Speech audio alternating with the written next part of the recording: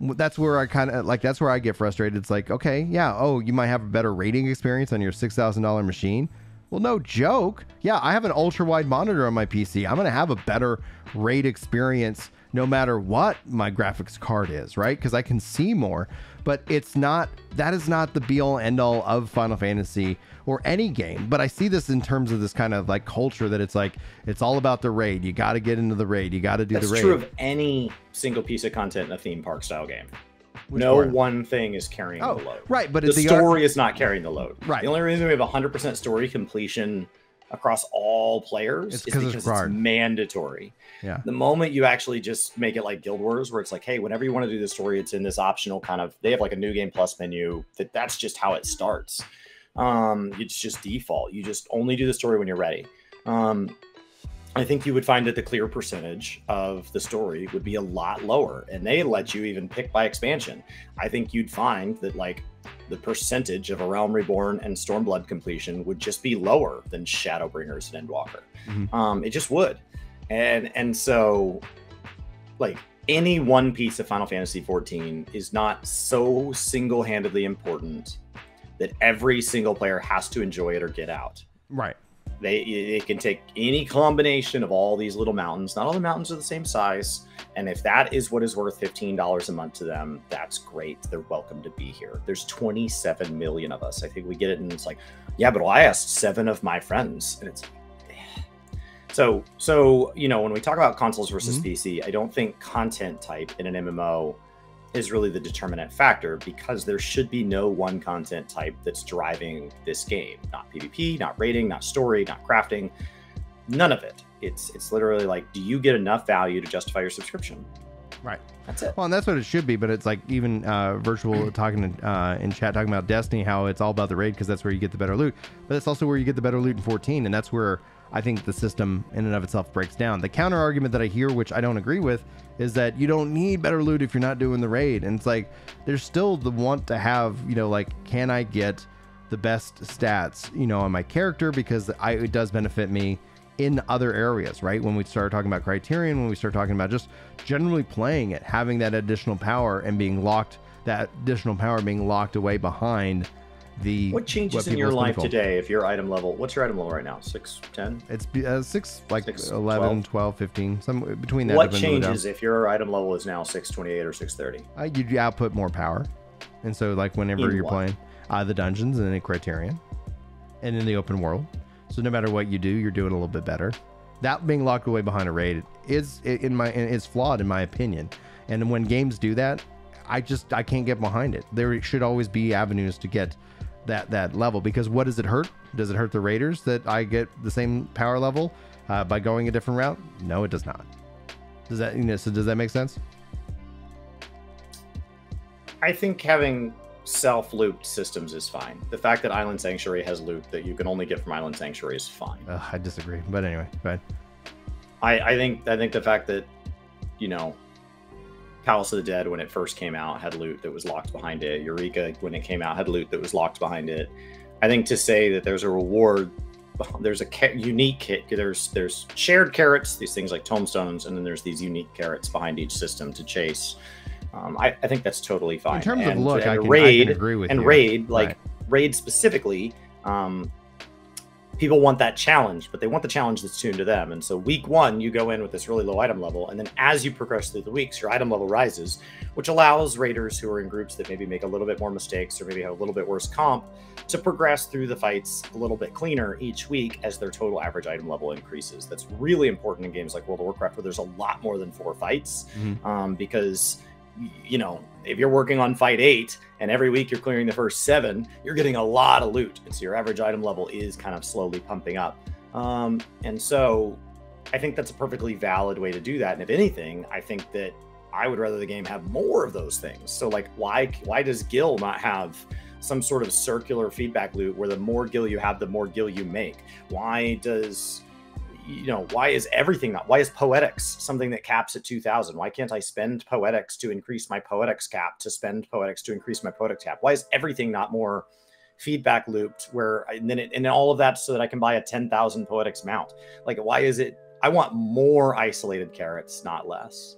Yeah, I can get behind some of the like visual aspects, but when it comes down to like the power aspects, like even back to your point with like Deep Dungeon, it's like now it doesn't matter because you're not using that weapon in terms of power, but in terms of power progression in and of itself, that I think that it's when you make those isolated loops, then that content's set to not have value over the long term, as opposed to like, oh, you can spread that out. And so then whatever you end up doing, if you want to do the raids, that's the most efficient way, meaning like you're going to get it within 8 weeks. But if you want to go do Deep Dungeon, you can go do that for the next 200 weeks, and you can still like actually have that ability. So you as a player get to choose how you want to spend your time, as opposed to being told where to spend your time. And that's what that kind of culture it is. And that's a culture that I don't know if it came over from WoW, but that obviously WoW kind of set the standard of the mold, and many people have been trained up on that. And for me, thankfully, I haven't been. That's why I find it. Capping tomes is an hour and 15 minutes a week.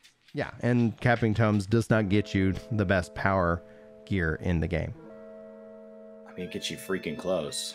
Right, but we're again like it doesn't seem, I know it doesn't have to, I don't have to make sense to people. I'm not trying to convince people to change their mind. I'm just telling them how it is, like, on why I find it to be a system that it is not something I enjoy in that regards.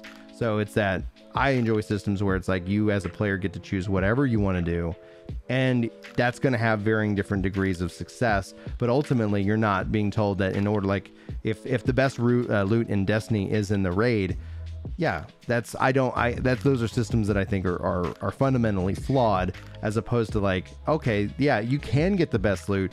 The raid is the most efficient way to get the best loot, but you can still get there over the course of your time investment. Does that make sense?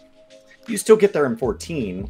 So we have an 8-month raid cycle. Yeah. And in that time, we have the patch that the raid was associated with. Mm-hmm. We have its half patch. Yeah. We have the Alliance raid, which allows you to upgrade your dome gear, and then which you could also be upgrading through the hunt system, which requires you just follow a train of 150 people. Mm-hmm. And then we have its half patch. And now we're going to be getting these Criterion dungeons, and we have no idea what they're going to do to the power That's where curve. What that would be really cool to see. It already has the thing you have. You just don't get it as quickly as them. No, it does not. It has two pathways. Then the second pathway opens with time. I'm not knocking that. Being able to take tome gear and upgrade that is a system that I'm like, that's great, because you now have two pathways of getting to the item level that you want, right? I'm hoping Criterion ends up adding in a third pathway. What I'm asking is that why can't crafted gear also get there over time? It doesn't have to happen right away. Like I said, it doesn't need to be you can, but you cannot upgrade crafted gear to the highest. It's still a step down. It gets you to the raid. Right? Why can't crafted gear also eventually get upgraded enough so that it does that? It does. No, it doesn't. Like when in the odd patch, does crafted gear is going to be the same as the relic and as the upgraded tome gear? Crafted gear is always one step below. More melds, so it gets, once again, like when you look at stat 610, priority, Savage gear is not the best in every slot. It is 610. It will go to 620. The gear cap is 630. If I'm doing my math correctly, 630 is bigger than 620. My best in slot is not full Savage gear, Brian. There are slots that I want the 620 in because of stat priority, because they don't do a good job reflecting the way Materia stat priority. Best in slot gear because the item level, yeah, because the item level, the little number in the top, the eye level, is an arbitrary rough power scale they put on it, and is not actually representative of what it means to my class. Okay, so that's still actually a 620 piece might be like a 631 for a warrior because of just how well stat allocated. But it's not. It's still a 620 piece, and this is a conversation. That's another deeper conversation about why can't materia actually increase the item level of the gear, because that is what we're talking about. We're talking about that item level. Now, in terms of best of slot, okay, great. I agree with you. In fact, we see that with crafted gear, right? Some of the crafted gear for crafting is actually better, even though it's lower power level. But we're talking about overall, why can't a crafted piece of gear for the battle side of it that will be upgraded to 620, why can't that also at some point down the road get to 630? Is there a reason? Does anybody have a reason other than...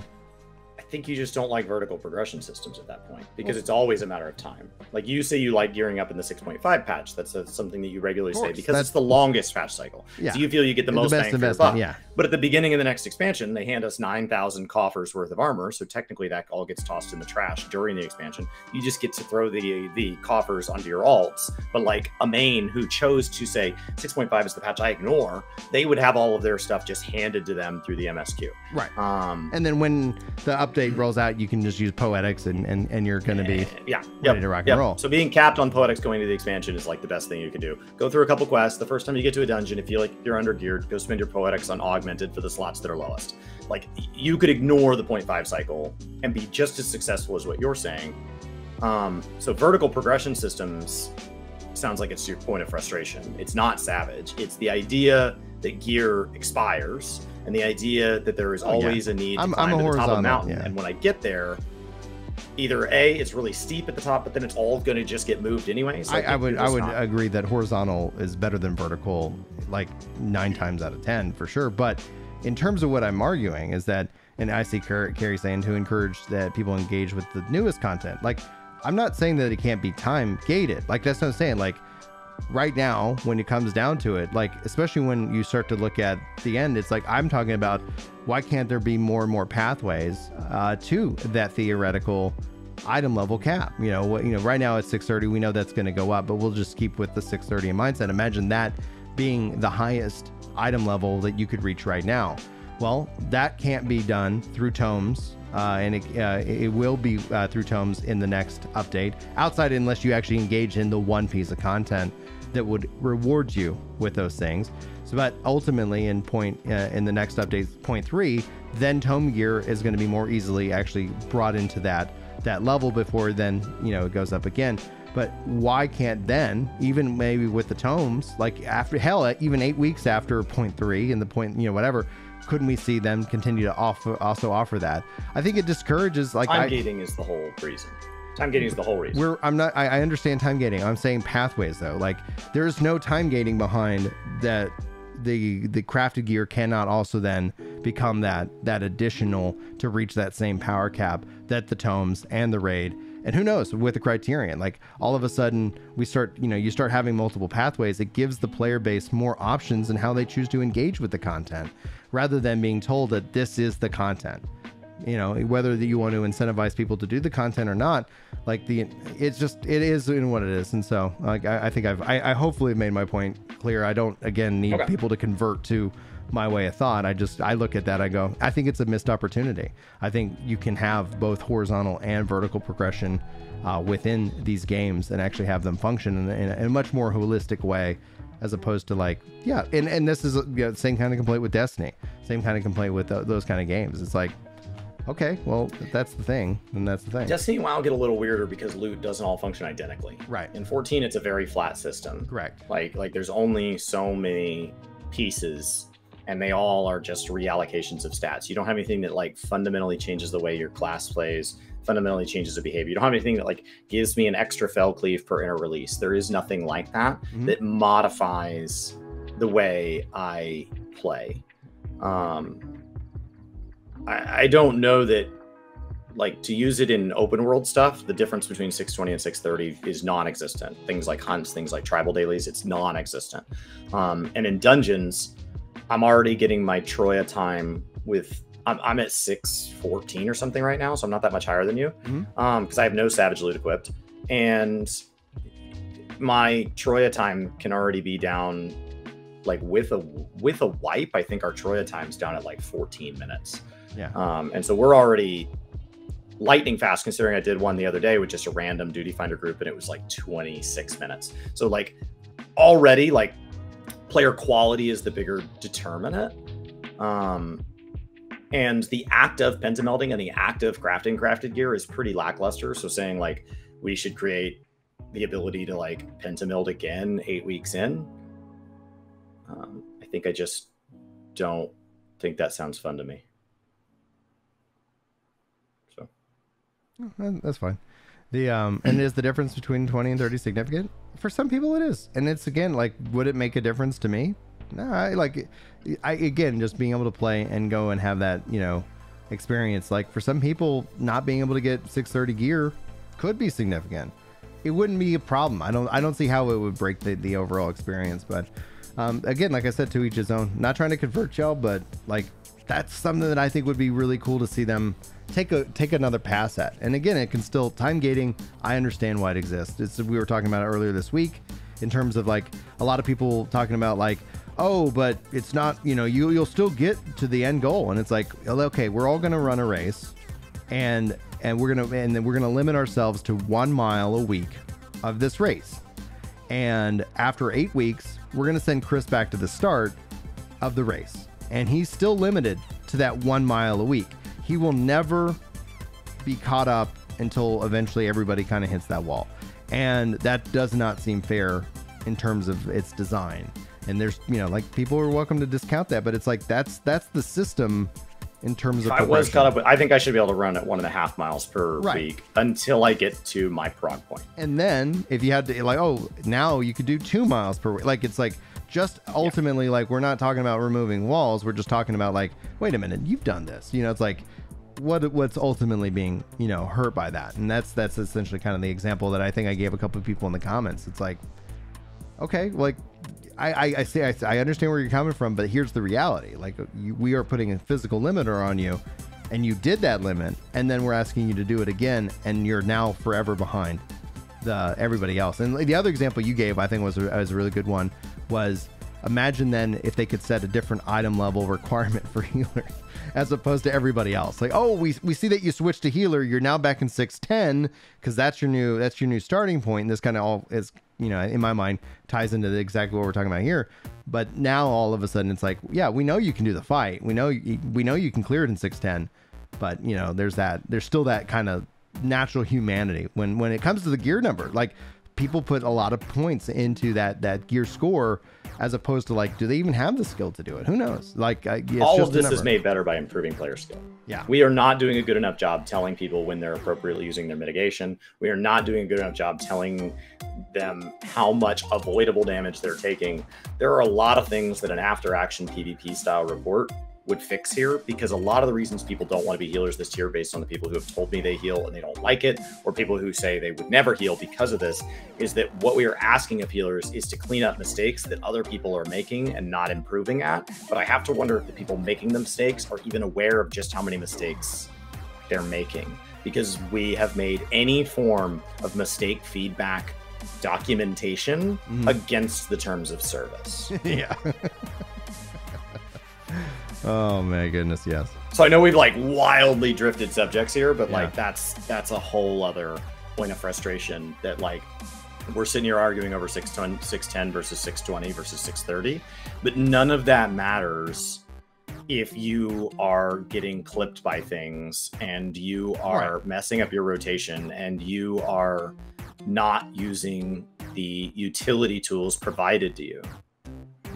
Yeah, if player skill is always going to be what, in my mind, should win out. I've made that argument even in terms of PvP gear scaling. Help me get better then. Yeah. Oh yeah, that's the biggest. I admittedly suck. I'm telling you to help me get better. Teach me, please. Teach me. Now, David says the problem with multiple pathways is that you have to actually be careful because if you make some pathways required, like he's heard WoW is, and I agree, but the pathway is required. Like if you want to get to that pathway, like that is like, it's not required that you do all these things, but it's like in order to get the thing, you have to do this one thing. But in WoW, where you have to go do, I have to do A to do B to do C. Like I definitely agree. I advocate against that all the time. That's where I get frustrated with Phantasy Star, like Online 2, the new Genesis is like, progression is heavily tied into, you got to log in, you got to go do these things, and you got to do these things, and then we're going to just kill your experience, and then you just got to come back tomorrow and do it again. You know, it's like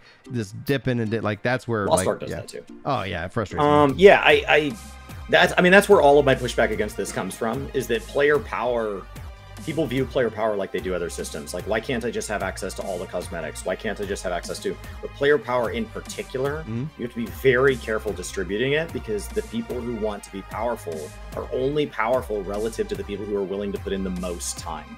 And so the moment you go make power available from multiple sources to provide options, because it's always been added to games like World of Warcraft as more options. We're giving you more options, but it's not more options. It's more requirements. It's always more requirements.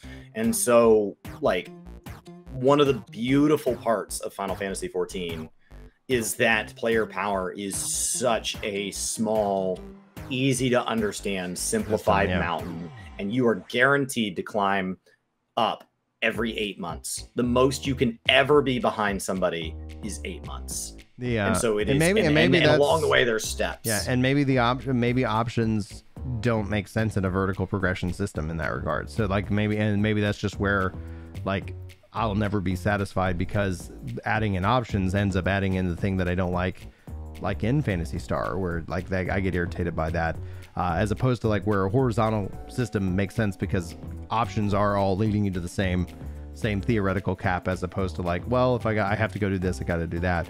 So that's something I'm gonna kind of have to chew on in terms of vertical, because like, again, it shouldn't come as a shock that I value horizontal much greater than I do a vertical kind of progression. That's how I actually play Destiny.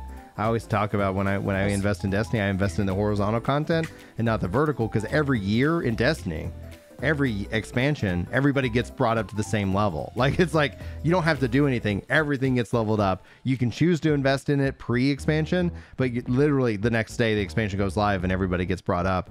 So it's like, that's why I was like, I always spend my time on horizontal. That's why I spend my time in 14 on horizontal, like leveling up my characters, my classes, and things like that. So it's like there's that clear bias that I bring.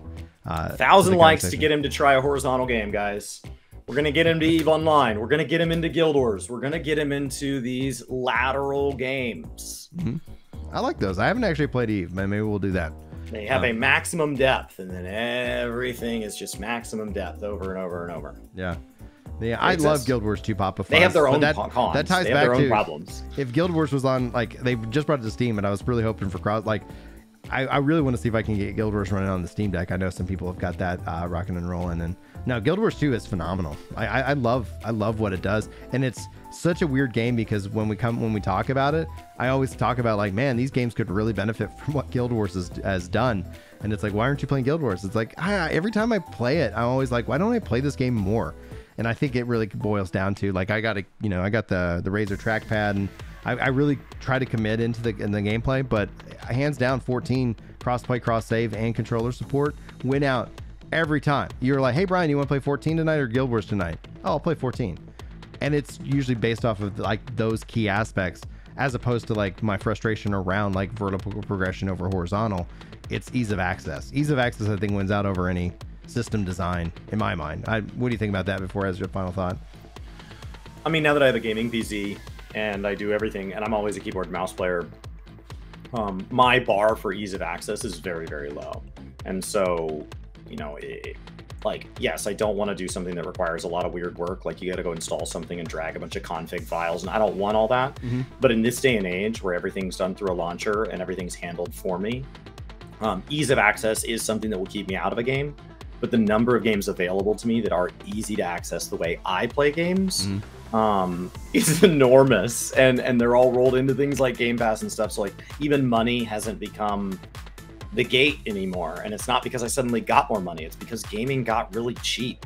When you look at things like the Steam sale and Game Pass, gaming is a very affordable hobby once your initial purchase is made. And so across the board, that, like, yes, ease of access, but like, I just have trouble picturing a future that's easier than now. I'm looking forward to it, but I have trouble picturing it because I don't know what, like, if you ask me what would make my gaming experience easier today, I don't really have a good answer for you.